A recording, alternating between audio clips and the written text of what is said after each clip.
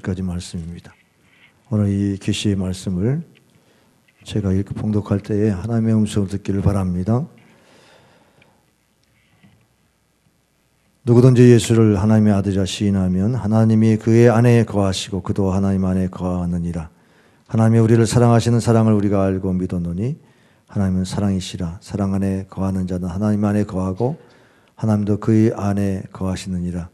이로써 사랑이 우리에게 온전히 이루어진 것은 우리로 심판날의 담대함을 가지게 하려 함이니 주께서 그러하심과 같이 우리도 이 세상에서 그러하니라. 사랑 안에 두려움이 없고 온전한 사랑이 두려움을 내쫓나니 두려움에는 형벌이 있음이라. 두려움하는 자는 사랑 안에서 온전히 이루지 못하느니라. 우리가 사랑하면 그가 먼저 우리를 사랑하셨습니다. 누구든지 하나님을 사랑하노라 하고 그 형제를 미워하면 이는 거짓말하는 자니 보는 바 그 형제를 사랑하지 아니하는 자는 보지 못하는 바 하나님을 사랑할 수 없느니라. 다 같이 우리가 그 계명을 주께 받았나니 하나님을 사랑하는 자는 또한 그 형제를 사랑할지니라. 아멘. 할렐루야. 성탄의 기쁜 소식을 우리가 또 듣는 이 대림절, 오늘은 셋째 주일로 성탄의 메시지는 사랑입니다.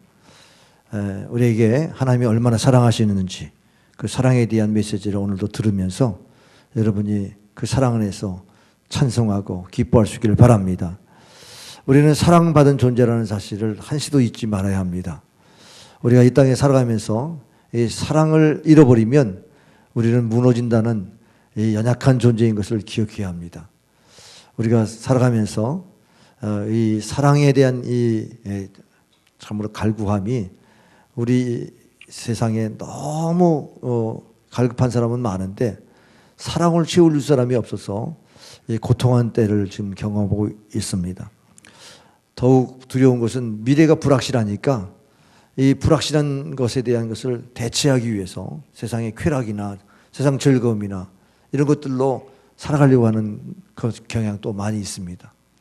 또 우리가 정보화 시대 속에 살면서 뭔가를 좋은 것들을 검색하고 그것을 자기의 것을 만들려고 애를 쓰다 보니까 그 인생이 더 좋아지기보다는 더 좌절하는, 알긴 아는데 그것이 내 삶에 적용이 안 되는 이런 면에 있어서 고통스러워하는 것을 또 봅니다. 우리 아이들에게 휴대폰을 이렇게 안겨주는 이유가 어디에 있는지 위치 정보를 알기 위해서 통화라도 해가지고 해야만 안심할 것 같은 이런 사회에서 살다 보니까 결국 정보량도 많고 또 지식도 늘고 그리고 우리가 아는 것도 많지만 우리가 그런 가운데 더 두려움이 있습니다. 불안하고 공포 가운데 살아가고 있는 모습을 봅니다. CCTV를 달고 뭐 사람들을 경계하면서 저 사람이 나를 속이거나 나를 해치거나 내 것을 뺏어가지 않나 그러면서 사람과의 관계를 자꾸 점점 이렇게 닫아 보니까 나중에는 자기 혼자 남는 고독한 인생. 그 고독함을 극복하지 못해서 페이스북을 통해서 친구 맺기 많이 하지만 요즘은 또 페이스북에 있는 친구 맺기를 또 많이 탈퇴한다고 그래요.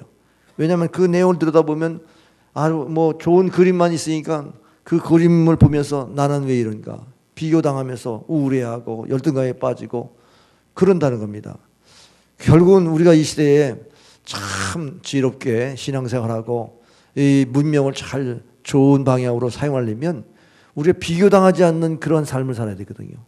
누구와 비교해서 우울감과 열등감 속에 빠져 있으면 우리는 이 시대에 좋은 것들이 우리에겐 좋은 게 하나도 아니에요.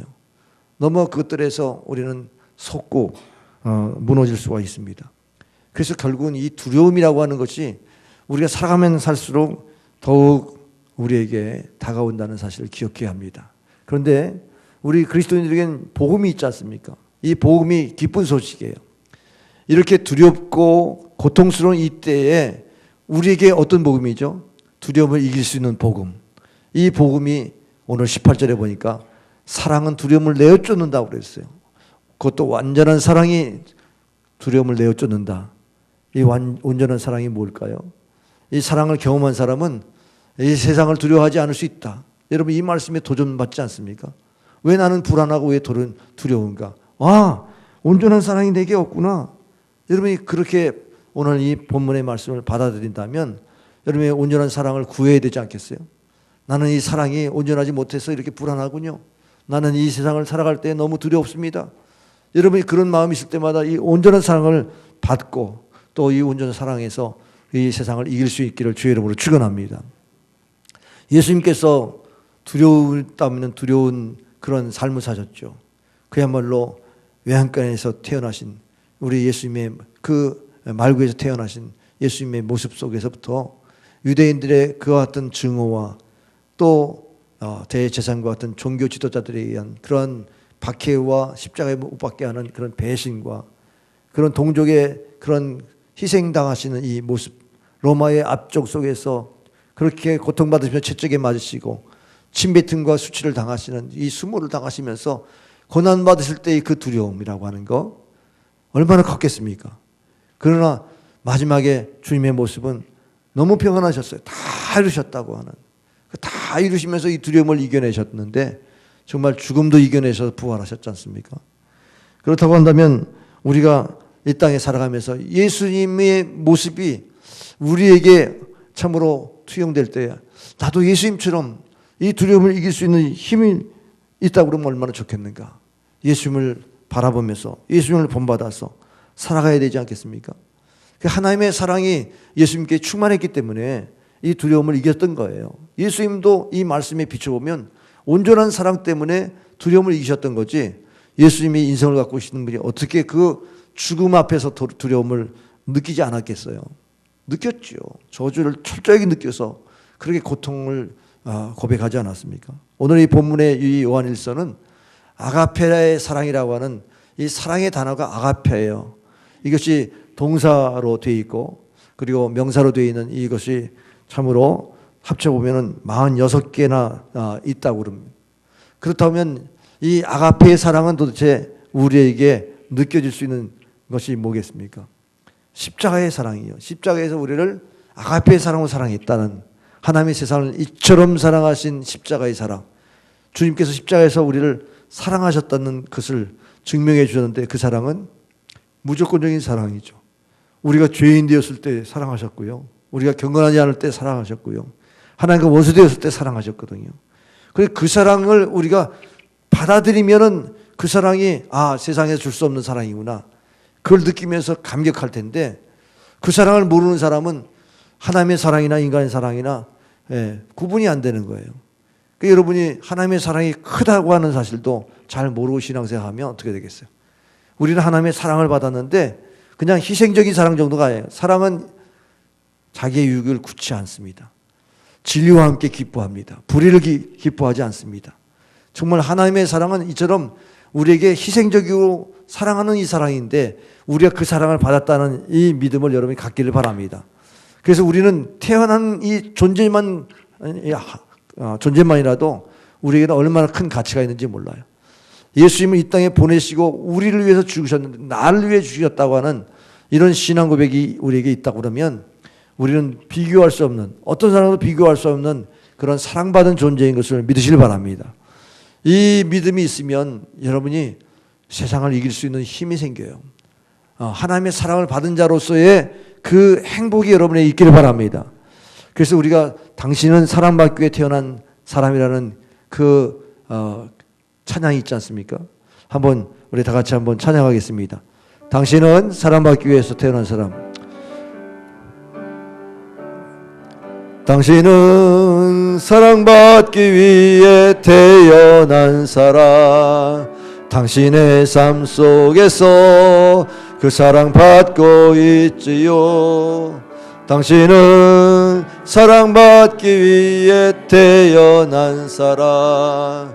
당신의 삶 속에서 그 사랑받고 있지요. 태초부터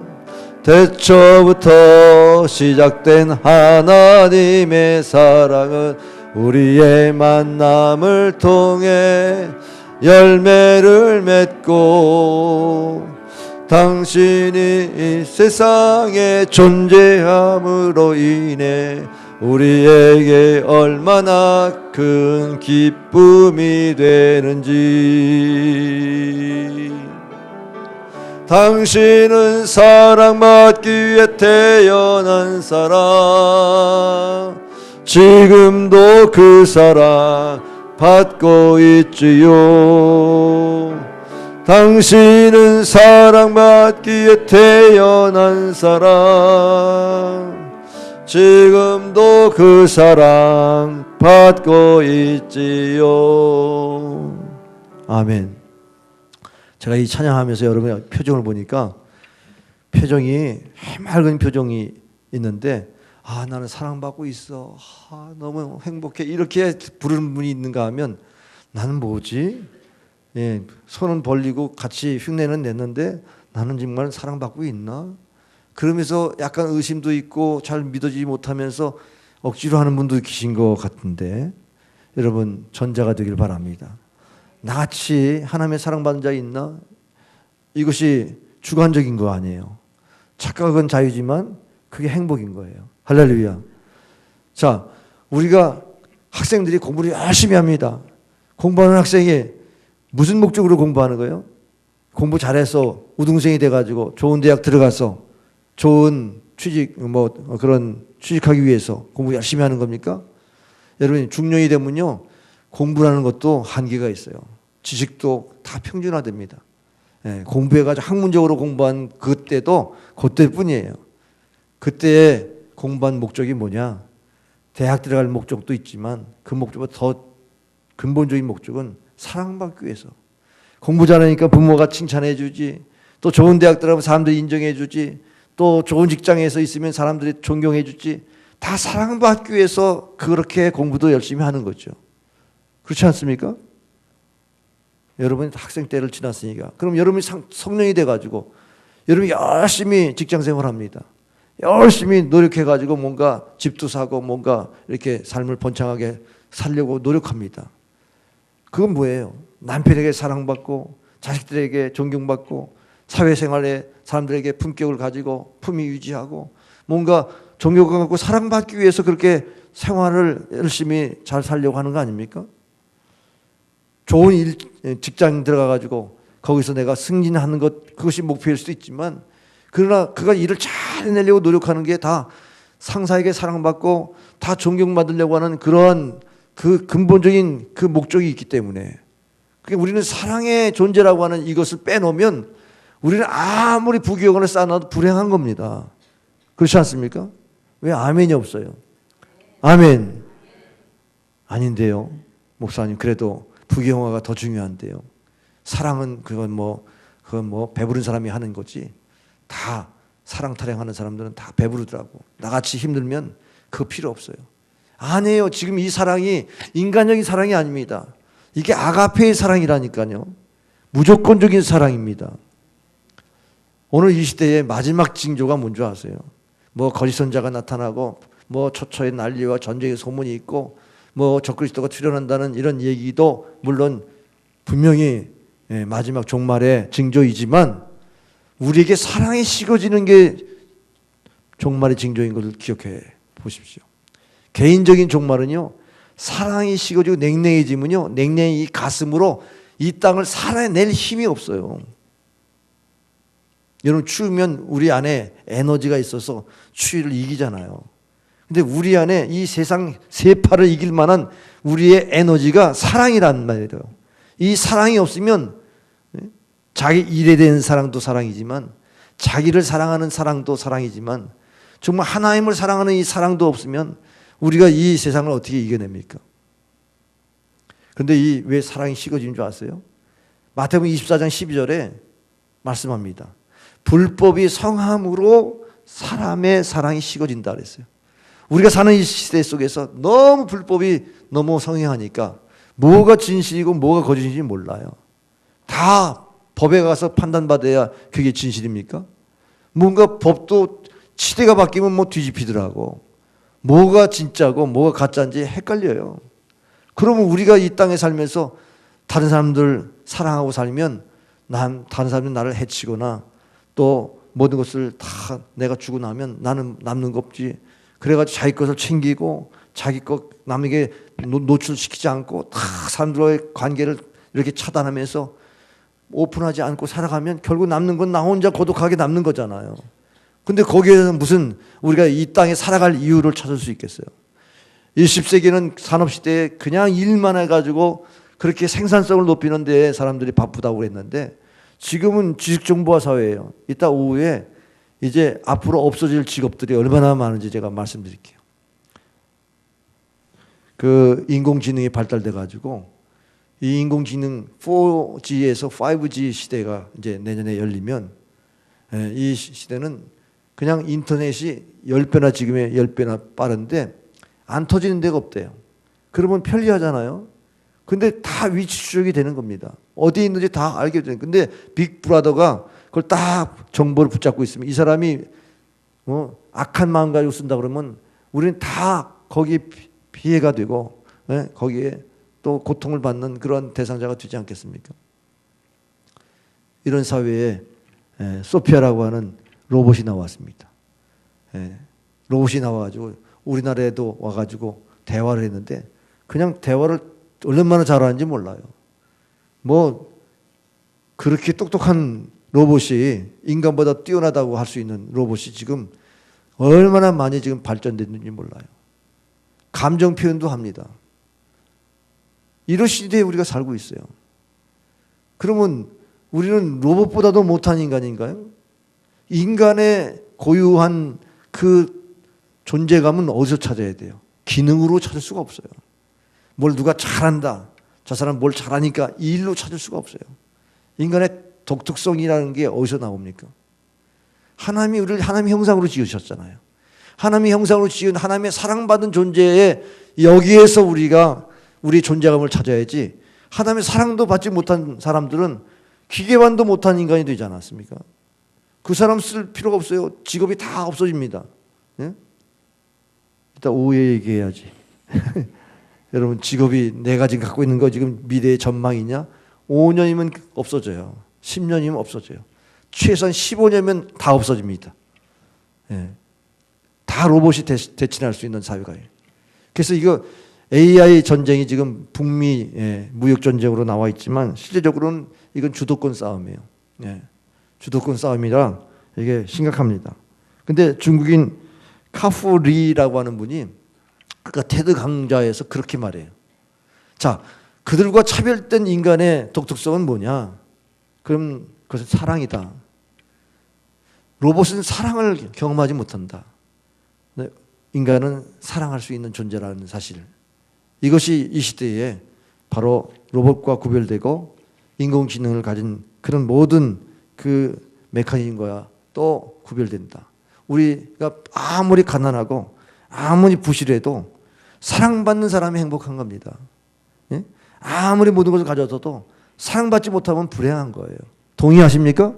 아멘? 정말 사람의 복이 뭐예요? 사랑받고 사는 것이 사람의 복이죠. 우리가 하나님의 복을 받았다는 것이 뭐예요? 하나님의 사랑받는 존재이기 때문에.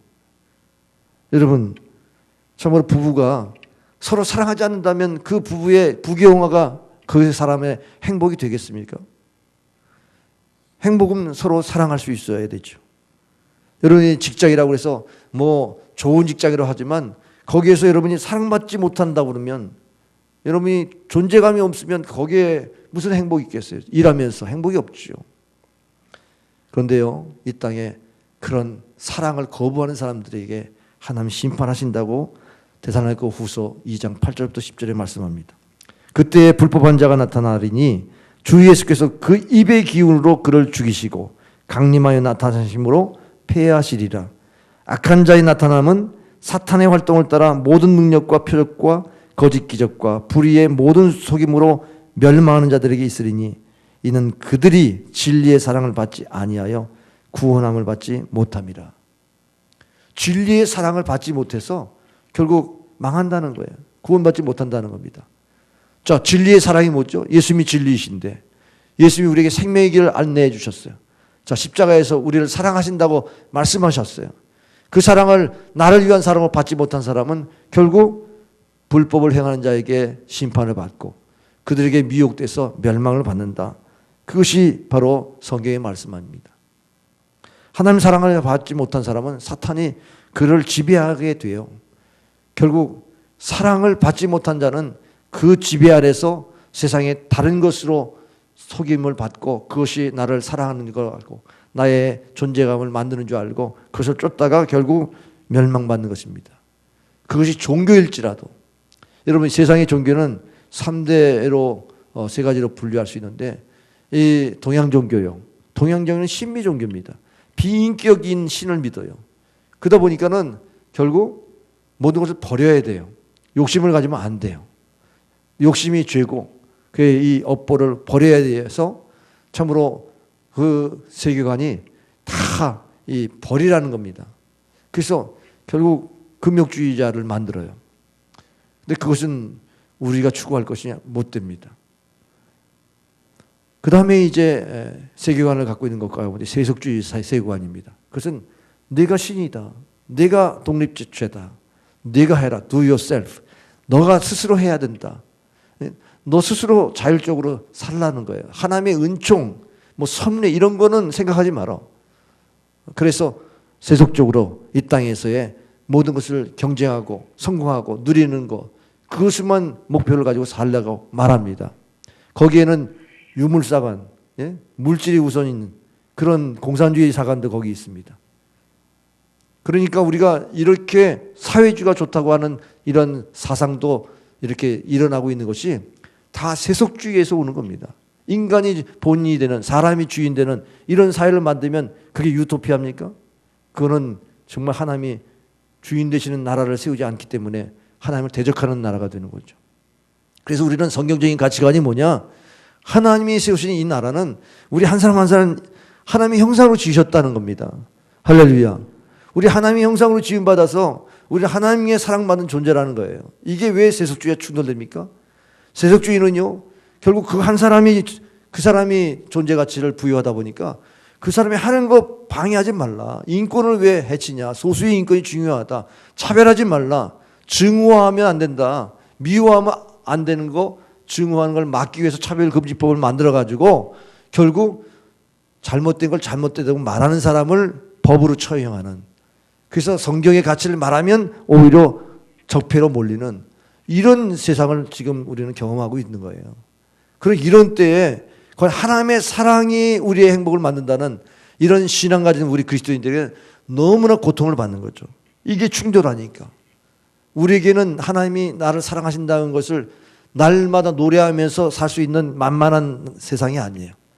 하나님이 나를 사랑하신다는 그 흥분이 금방 가라앉아요. 왜? 세상은 자기가 주인된 세상으로 가는데 난 하나님이 주인된 삶을 살려니까 이게 영적으로 충돌하는 겁니다. 그래서 우리가 그리스도 안에서는 새로운 피조물이다. 이전 것이 지나가지 보라 새 것이 되었다 하면서 이렇게 거듭났는데 불구하고 우리가 이 세상을 새로운 창조의 세계로 만들어가지 못하는 엄청난 벽이 있어요. 이 벽과 충돌할 때에 여러분이 좌절합니다. 나는 불행하다. 나는 소외됐다. 하나님이 나를 사랑하시는가 의심하고 그리고 절망합니다. 크리스천이 방황합니다. 이 세상이 하나님이 원하시는 세상이 아니기 때문에 싸워야 될 세상을 그냥 거기서 안주하고 그냥 무너집니다. 만약에 하나님 우리를 사랑하셔가지고 예수 믿고 구원받고 죄 사함 받는 것을 끝났다면 그것은 완전한 구원이 아니에요. 우리는 이 세상을 살리는 사람으로 사명자로 그렇게 부르심을 받았습니다. 하나님의 부르심이라고 하는 것은 우리의 삶의 영역에서 내가 이 세상을 살기 좋은 나라로 만들려면 어떻게 살아야 돼요? 사랑받는 존재로 만들어야 되겠죠. 다 하나님의 사랑받는 존재로 만드는 그 역할을 내가 내 삶의 현장에서 이뤄내는 것이 목표가 되는 것. 이것이 하나님이 우리를 구원하신 목적인 줄 믿으시길 바랍니다.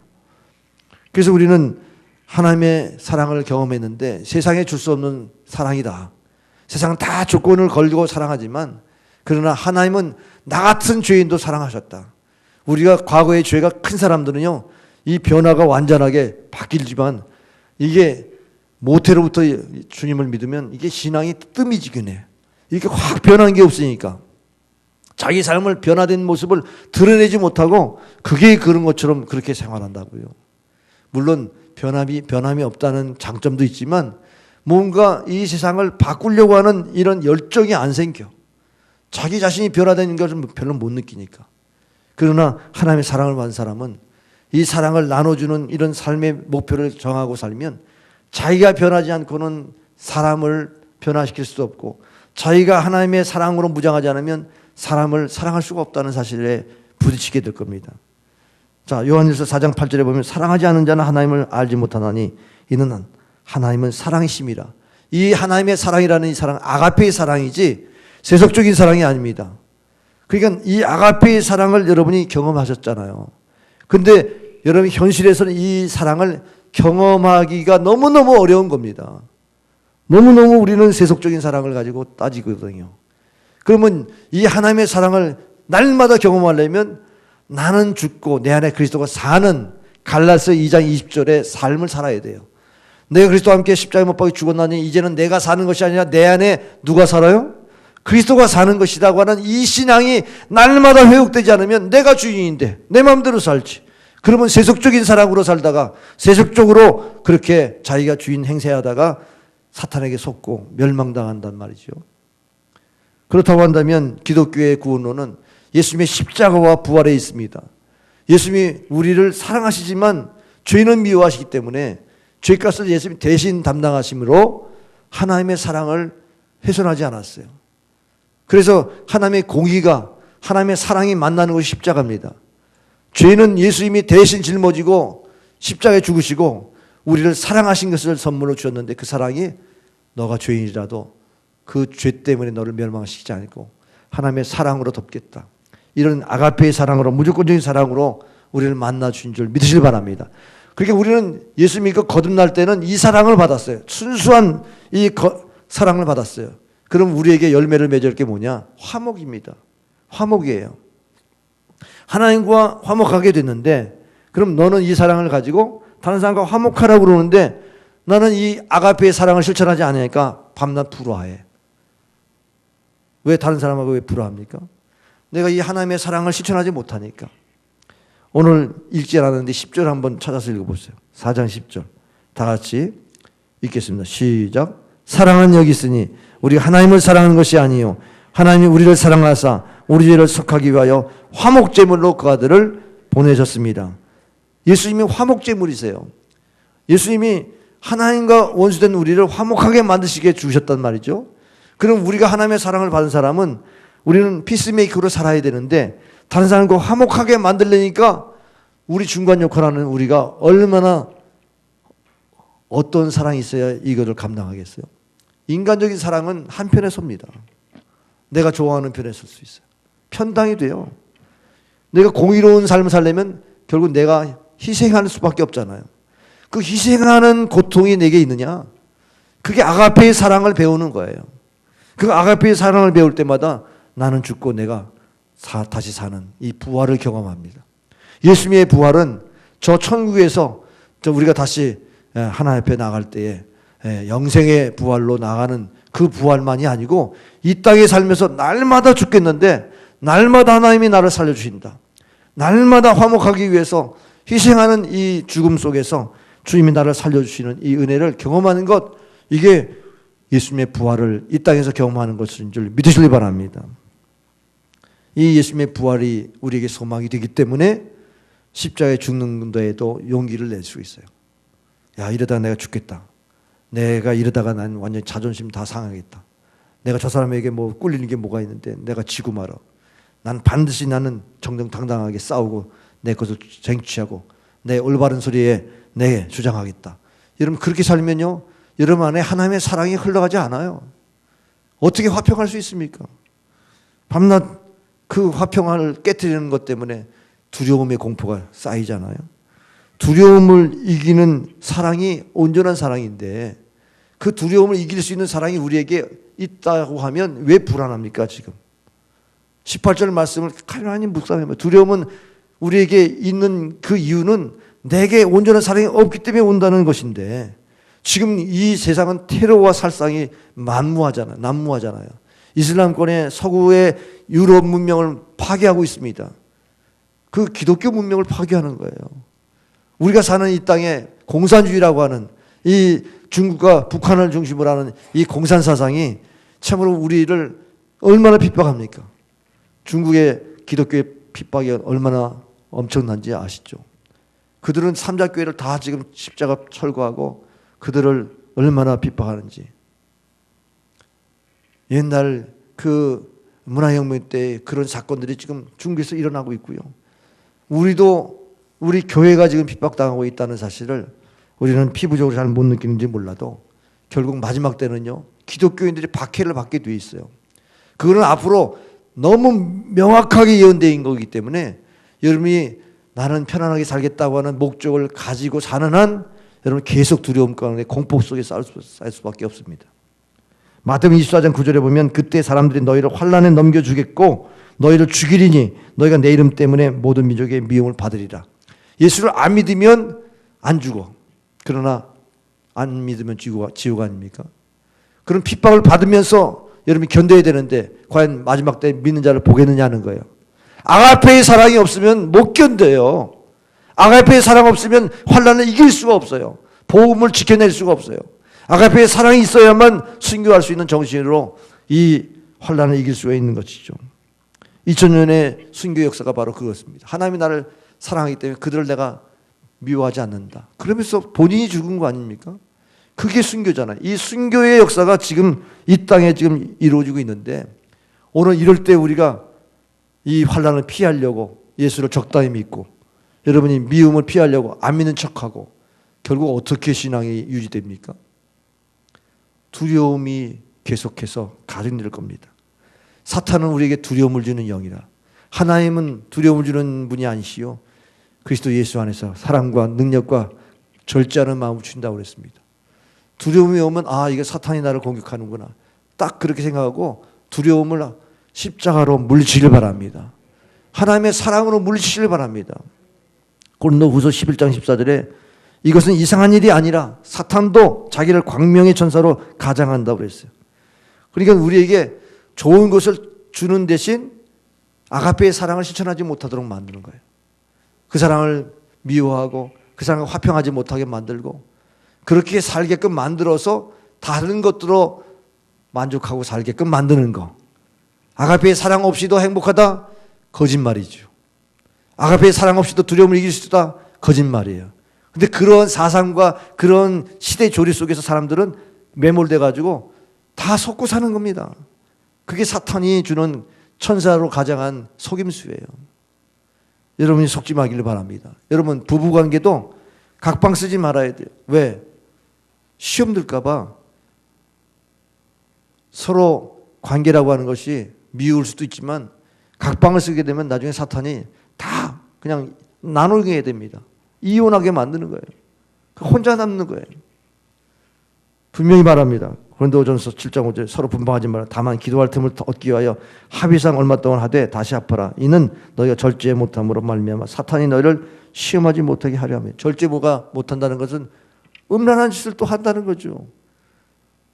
인터넷 가서 음란 사이트에 들어가든지 게임 중독에 빠져가지고 자기의 어떤 행복을 다른 것을 대체하려고 한다는 거예요. 이게 사탄이 주는 아주 엄청난 공격인데 이걸 공격으로 생각하지 못해요. 거기에 하나님의 사랑이 있습니까? 하나님의 사랑을 받지 못한 사람은 결국 누가 지켜주는 거예요? 히브리서 12장 1절에 보면은 이러므로 우리에게 구름같이 둘러싼 허다한 증인들이 있으니 모든 무거운 것과 얽매기 쉬운 죄를 벗어버리고 인내로서 우리 앞에 당한 경주를 하며. 여러분 증인들이 있어요. 우리 앞에 믿음을 지킨 증인들이 있다고. 하나님 눈동자에 살펴보시고 하나님을 두려워해야지. 하나님을 두려워 안 하니까 결국 세상을 두려워하며 세상을 두려워하니까 결국 멸망받는 이런 일들이 우리에게 있다는 거죠. 하나님을 두려워하면 회개가 가능한데 하나님을 두려워하지 않으니까 결국 우리는 회개할 수 없는 그런 인생이 되고 마는 거죠. 그래서 회개하지 않아서 멸망인 거죠. 여러분 자식을 키울 때 부모가 고생하면서 키울 때는요 죄질 시간도 없어요. 자식 다 키워놓고 이제 내가 엔조이 해볼까 그때 이제 무너지죠. 여러분 자식 키우면서 죄를 진다고 그러면 자식들한테 내가 모습이 어떤 모습인가 늘 체크하면서 이러지 말아야지. 그러면서 여러분 절제하고 살잖아요. 그게 거룩한 부담이 우리에게 있어야 나를 깨우고 바른 신앙생활 할 수 있거든요. 그럼 우리 크리스찬이 하나님의 사랑받은 사람으로서 하나님의 사랑을 전해야지. 이웃 사랑을 해야지. 이 거룩한 부담을 가지고 우리가 사람을 만나야 되는데 사람 안 만나요. 귀찮아. 그 사람들 만나면 괜히 내가 신경 써야 되니까 안 만나. 그러면 여러분이 어떻게 두려움을 이깁니까? 그 사람이 우리를 속이고 그 사람이 우리의 재산을 뺏어간다면 그 사람 아무리 우리가 방어하더라도 우리가 이 세대를 이겨낼 수가 없지 않습니까? 우리가 크리스찬인 양 이 공격을 우리가 막아낼 수가 없지 않습니까? 그래서 우리는 하나님의 사랑 안에 거해야 됩니다. 아가페의 사랑, 무조건적으로 우리를 사랑하시는 이 아가페의 사랑 안에 거할 수 있기를 바랍니다.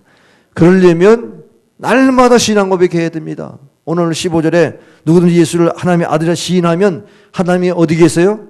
우리 안에. 하나님 우리 안에 계시다는 거예요. 하나님 우리 안에 계시다는 말은 우리를 지켜준다는 거죠. 얼마나 우리를 지켜주는 거예요. 하나님이 우리 안에 계시다. 예? 요한일서 4장 4절에 하나님은 만유보다 크시니 우리가 하나님께 속하였으므로 우리가 만유에게 두려울 수가 있냐는 거예요. 만유의 주관자이신 하나님이 우리 안에 계신데 뭘 우리가 두려워하겠느냐. 우리가 이렇게 말씀을 선포할 때는 정말 우리 지켜주는 것 같은데 여러분 실생활 돌아가면 그런 신앙 고백이 없으면 무너진다니까요. 어떻습니까? 날마다 예수님을 주로 시인합니까? 이 시인한다는 것은 인정하다는 뜻을 초월하는 거예요. 내 삶의 주인으로 모시면서 그 주님 앞에 복종하는 그런 마음을 시인한다고 하는 겁니다. 주는 그리스도 살아계신 하나님의 아들입니다. 베드로가 신앙 고백했을 때에 이게 네가 그냥 한 게 아니고 혈육이 알려준 게 아니고 하나님이 계시한 것인 거다. 그러면서 청기 열쇠를 주었잖아요. 기도의 열쇠. 내가 어떻게 기도하느냐에 따라서 내 인생이 결정된다. 내가 풀려고 하면 풀리고 내가 풀지 않으면 너는 풀리지 않는 인생이 된다. 기도의 열쇠를 우리에게 주었어요. 그러면 막혔습니까? 어떻게 풀어야 돼요? 화목해야지 풀리죠. 예? 그런데 화목할 수 없어. 그러니까 아가페의 사랑이 내게 없어지는 거예요. 아가페의 사랑을 우리가 구해야 되는데 날마다 신앙 고백해. 하나님의 아들로 고백합니까? 그럼 하나님이 우리 안에 거하신다고 그랬어요. 어떻게 해요? 주인으로 거하신다.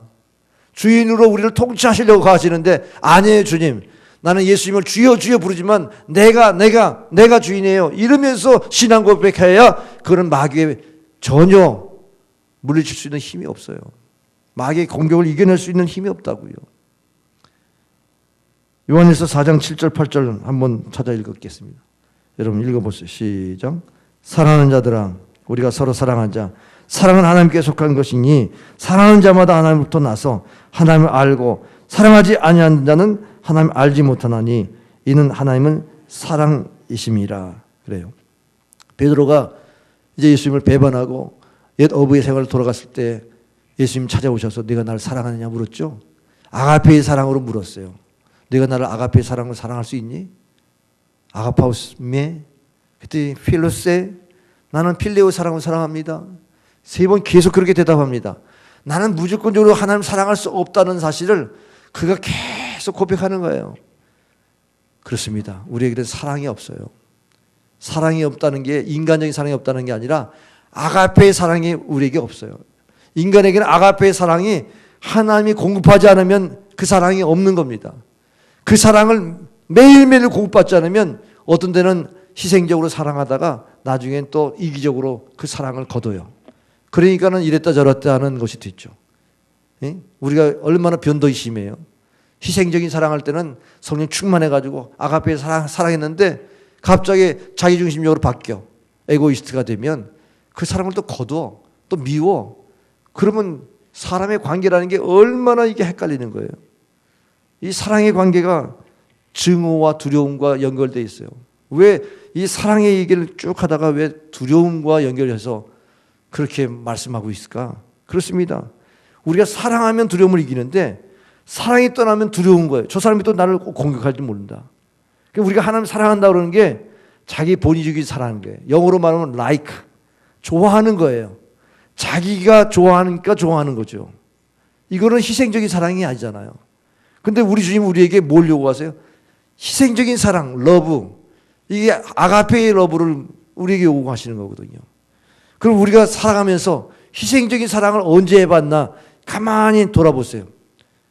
1년 동안 한번 여러분 희생적으로 사랑한 적 있는가? 부부관계도 돌아보시고 교회 생활도 한번 돌아보시고 여러분이 정말 십자가 못 박히는 이런 아픔과 고통을 인내하면서 그 영혼을 용서하고 그 영혼을 품었던 것이 언제 있었는가 한번 생각해 보세요. 그래서 온전한 사랑은 두려움을 내어줬지만 그 사랑이 나에게 닿아야 돼요. 나를 향한 하나님의 사랑으로 닿아야 그렇게 아가페의 사랑을 내가 추구하게 되어 있다는 겁니다. 하늘소망이라고 하는 복음송이 있어요. 그 가사에 보면 주님 그 나라에 이를 때까지 순례의 걸음 멈추지 않으며 어떤 시련이 와도 나 두렵지 않네 주와 함께 걷는 이 길에 그랬어요. 여러분 우리가 주님과 함께 걷는 길은 어떤 시련이 와도 하나님과 함께 하니까 든든해요. 근데 우리가 사랑을 우리 안에서 유지하려면 15절에 날마다 예수님을 하나님의 아들로 시인함으로 우리가 하나님의 사랑 안에 있고 그 다음에 우리 안에 하나님의 사랑이 있는가 늘 살피면서 살필 때 내가 사랑이 없으면 이게 어떻게 온전한 사랑이 될까? 그 사랑을 구하고 그러면서 그 사랑을 찾는다고 하면 우리에게 여러분 사랑을 실천할 수 있는 대상이 와요. 그 대상은 여러분이 인간적으로 좋아하는 대상이 아닙니다. 사랑의 시험이 와요. 그 사랑을 이겨낼 수 있는 방법은 하나님의 아가페의 사랑을 공급받는 것밖에 없어요. 그래서 사랑의 은사는 열매기도 해요. 성령의 능력 안에서 그 사람을 사랑하게 해주세요. 여러분이 눈물로 기도하면서 그렇게 십자가 앞으로 나아가야 아가페의 사랑의 열매를 맺는 겁니다. 그래서 16절에 뭐라고 그랬어요? 하나님이 우리를 사랑하시는 사랑을 우리가 알고 믿었노니. 여러분 알았어요? 모를 때 믿었어요. 그런데 하나님의 사랑이신데 사랑하는 자는 하나님 안에 거하고 하나님도 그의 안에 거하느니라 그랬어요. 우리가 하나님을 안다고 하는 것이 여러분 본의로 아는 것이 아는 게 아닙니다. 아가페의 사랑을 실천해야 아는 것이 돼요. 12절 말씀 보면 어느 때나 하나님을 본 사람이 없을 때 만약 우리가 서로 사랑하면 하나님이 우리 안에 거하시고 그의 사랑이 우리 안에 온전히 이루느니라 그랬습니다. 그러니까 사랑을 받기 때문에 사랑하는 것은 하나님의 사랑을 모르는 겁니다. 그러나 내가 희생적으로 사랑하면 하나님이 나를 사랑할 때 이렇게 고통을 느끼며 사랑했구나. 그 고통을 느껴야 십자가의 고통을 느껴야 하나님의 사랑을 아는 거란 말이죠. 그런 사랑이 여러분에 있기를 바랍니다. 여러분 화목하기 위해서 그 사랑을 끄집어내려고 하는 십자가에 못 박히는 고통이 여러분에 없다면 여러분 날마다 불안하고 두려울 수밖에 없어요. 이웃 사랑 없는 심판이 있다고 분명히 오늘 17절 18절에 말씀합니다. 마태복음 25장에 보면은 우리 믿는 자의 심판이 나와요. 불신자는 믿지 않아서 심판함으로 지옥에 심판이 있지만 믿는 자는 하나님의 아가페의 사랑을 실천하지 않음으로 해서 심판이 있어요. 그걸 심판이라기보다는 형벌이라고 하는 것이 맞습니다. 왜? 두렵게 사니까. 왜 평안하게 살지 못합니까? 믿는 자가. 왜 주님이 내 안에 거하시는데 왜 불안해 삽니까? 이게 믿는 자의 형벌이에요. 천국 가는 거는 가겠지만 이 땅에 살면서 이웃 사랑하지 못하고 내 안에 불안이 있고 두렵고 이게 믿는 자의 심판이라는 말이죠. 근데 거기서 뭐라고 해요? 이 소자의 한 것이 나에게 한 것이다. 이 소자는 뭐죠? 내가 하찮게 생각하는 사람, 내가 미워하는 사람, 내가 거들떠보기도 싫은 사람, 그 사람에게 한 것이 진짜 사랑이라는 거죠. 그 사랑을 했다면 내가 기억하고 내가 상급을 주신다고 말씀하시잖아요. 여러분 이 심판이 여러분에게 놓여 있어요. 지금 두렵습니까? 이 심판을 받고 있습니다. 여러분 불안합니까? 여러분 아가페의 사랑을 살지 않는 심판이 지금 있는 겁니다. 여러분 그 사랑을 여러분이 구하기나 했습니까? 구했다면 십자가 앞으로 나아가야 되는데 얼마나 십자가 앞에 나갔습니까? 오늘 17절 말씀 다 같이 읽어보세요. 시작. 이로써 사랑이 우리에게 온전히 이루는 것은 우리로 심판날에 담대함을 가지게 하려 함이니 주의 어떠하신 것 같이 우리도 세상에서 그러하니. 어떠하심. 주님이 이 길을 걸으셨어요. 인류의 죄인들을 용서하시기 위해서 이 십자가의 길을 걸으셨어요. 그러니 우리도 그런 길을 가야만 담대해진다. 심판날에도 담대하게 설 수 있다. 그런 말씀이에요. 죄인은 두려움을 가져다 주고 이 두려움은 형벌을 낳습니다. 그러나 하나님의 사랑을 실천하면 두려움을 몰아낸다고 그랬어요. 쫓아낼 수가 있어요. 그래서 우리가 하나님의 아가페의 사랑을 사모하고 이 시대를 이겨야 합니다. 이 시대가 환난의 시대, 이 시대가 심판의 시대, 두려움의 시대예요. 여러분이 나 이렇게 살면 안 되는데, 이러다가 하나님한테 얻어맞을 것 같아. 이러다가 하나님이 진노하시면 어떡하지? 여러분이 그런 불안이 있는데 그냥 넘어갔어요. 나중에 이런 마음도, 순수한 마음도 사라져요. 이것도 그냥 하나님 인정하는 생활이니까, 이것도 신앙생활이니까 하나님 인정하시겠지. 근데 왜 두려워요? 그때 그런 마음 주셨을 때 안 했으니까, 그때 아가페의 사랑을 실천하지 못했으니까 그걸 유보하다가 여러분의 안에서 육신의 열매를 맺는 거죠. 예? 성령의 열매를 맺으면 사랑과 희락과 화평과 오래 참음과 자비와 양선과 충성과 온유와 절제의 열매를 맺을 텐데, 그 성령의 감동을 물리치니까 아가페의 사랑을 버리니까 불안이 기숙하는 거예요. 나도 모르게 두려움이 찾아와서 내 심령에 자리를 잡아요. 스트레스, 나도 모르는 정신병. 이게 얼마나 세상을 지금 팽배하고 있습니까? 바로 그 아가페의 사랑이 없기 때문에 두려운 거예요. 오늘 18절, 사랑 안에 두려움이 없고 온전한 사랑이 두려움을 내쫓나니 두려움에는 형벌이 있음이라. 두려워하는 자는 사랑 안에서 온전히 이루지 못하느니라. 여러분이 하나님이 나를 사랑한다는 이 분명한 소명에서 여러분의 두려움을 몰아내기를 바랍니다. 여러분 타락도 막으시길 바랍니다. 하나님이 나를 이렇게 사랑한다는 이 감격 속에 있으면 우리가 정말 평안을 유지할 수 있어요. 구세군의 창시자 윌리엄 부즈가 청년 때는 형식적인 신앙을 가졌대요. 그런데 그가 어느 날 꿈에 그냥 사닥다리에 예수님이 못 박혀 있는 사닥다리에 어떤 청년이 올라가가지고 막 못을 박더라는 거예요. 그래서 야, 이 녀석아 내려와! 그런데 뒤돌아보는 그 청년이 자기의 얼굴의 모습이었다는 거예요. 그래서 자기가 예수님을 못 받고 그렇게 살았구나 회개하고 십자가의 사랑을 구하면서 그가 참으로 주의 군사를 만들겠다. 지저스 아미, 구세군을 창설하고 그렇게 주의 말씀을 지키는 군대를 그렇게 세우는 그러한 교단을 만들었죠. 여러분, 우리가 하나님의 사랑을 실천하는 데 있어서 얼마나 영적 싸움이 많은지 몰라요. 여러분, 자기를 사랑하는 것과 한쪽에는 하나님을 사랑하는 것과 씨름하지 않습니까? 이 사람을 용서해 줘야 되는데 내가 용서할 마음이 있지만 만나면 또 용서가 안 돼. 화평해야지 하는 것을 알지만 만나면 화평하지 못하고 불화해. 이게 뭐예요? 여러분 안에 아가페의 사랑이 여러분의 것이 아닌 거예요. 사랑은 여기에 있나니 사랑은 하나님께 속한 것이다. 우리가 사랑한 것이 아니에요. 그가 먼저 우리를 사랑하셨어요. 19절에. 그러면 우리가 사랑을 만들어내면 힘들지만 사랑을 흘러가기만 하면 되는 거거든요. 사랑은 내가 받아서 흘리기만 하면 사랑하는 거니까 아가페의 사랑이 내가 만드는 사랑이 아니기 때문에 내가 하나님의 사랑에 내가 희생의 도구로 쓰임받는다는 이 목표를 가지고 있으면 자연히 아가페의 사랑도 실천할 수가 있어요. 그래서 환난이나 적신이나 위험이 칼려온다 할지라도 하나님의 사랑이 나를 끊을 자가 없다고 사도 바울이 로마서 8장 35절부터 고백하지 않습니까? 여러분, 나를 이길 수 있는 힘 아가페의 사랑입니다. 세상을 이길 수 있는 힘 아가페의 사랑입니다. 마귀를 이길 수 있는 힘 아가페의 사랑입니다. 여러분 스스로 사랑하는 것으로 마귀를 이기지 못해요. 무조건적인 사랑 안에서 여러분이 승리할 수 있는 줄 믿습니다. 우리가 택한 것이 아니에요. 하나님이 우리를 택하셨기 때문에 우리는 아가페의 사랑 가진 사람은 내가 뭘 잘하기 때문에 하나님 도와주시고 내가 잘못하면 큰일 나겠구나 이렇게 불안해하고 인간적으로 이렇게 합리적으로 생각하지 않습니다. 하나님이 나를 끝까지 보호하신다. 왜? 하나님이 택하셨으니까. 하나님이 나를 사랑하실 때 끝까지 사랑하신다. 그 아가페의 사랑을 끝까지 신뢰하는 사람이 삶의 태도는 어때요? 불안하지 않죠. 그 왜 불안합니까? 담대할 수 있죠. 그래서 오늘 하나님의 사랑으로 무장할 수 있기를 바랍니다. 20절, 21절에 보면 우리는 이 계명을 받았어요. 아가페의 사랑하는 계명을 받았어요.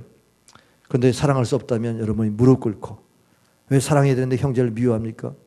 그래서 그 사랑이 가짜라는 거죠. 여러분, 가짜 신자, 가짜 행위, 가짜의 모습을 우리는 벗어야 되지 않습니까? 크리스찬의 위선자의 모습을 벗어야 되지 않겠습니까?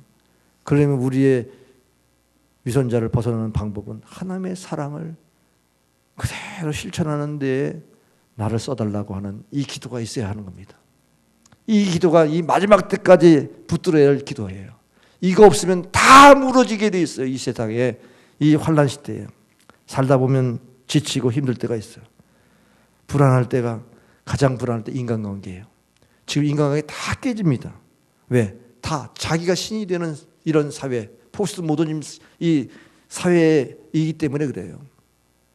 그래서 이 두려운 겁니다. 어떻게 살아요? 하나님의 사랑받은 존재로 그 사랑을 나타내주는 삶에 목표를 두셔야 이기는 겁니다. 두려움도 이기고 불안도 이길 수 있는 줄 믿습니다. 그러기 위해서 15절에 날마다 하나님의 아들을 신앙 고백하세요. 날마다 주님이 나의 주가 되시는 것을 신앙 고백해야만 그 사랑이 내 안에 머물러 있어요. 그리고 18절의 말씀처럼 두려울 때마다 온전한 사랑, 아가페의 사랑을 추구하세요. 그러면 두려움을 이길 수가 있어요. 그 사랑 안에 거하시기 바랍니다. 그게 믿는 자의 비밀이에요. 믿는 자의 비밀, 주님이 내 안에 거하는 방법, 신앙 고백과 아가페의 사랑을 추구하는 것, 여기에 주님이 내 안에서 항상 있게 되니까 승리하는 삶인 줄 믿으시길 바랍니다. 기도하겠습니다. 아버지 하나님, 아가페의 사랑으로 우리를 사랑하셨는데 우리가 세상을 살아가면서 다 조건을 붙이고 실리주의로 나에게 무슨 이익이 있나 사람을 판단하고 재단하고 그래서 인간관계를 맺으면서 더욱 불행해지는 이런 사회 속에서 두려워하고 있는 모습을 우리가 고백합니다. 그러나 하나님의 주시는 것은 사랑이요.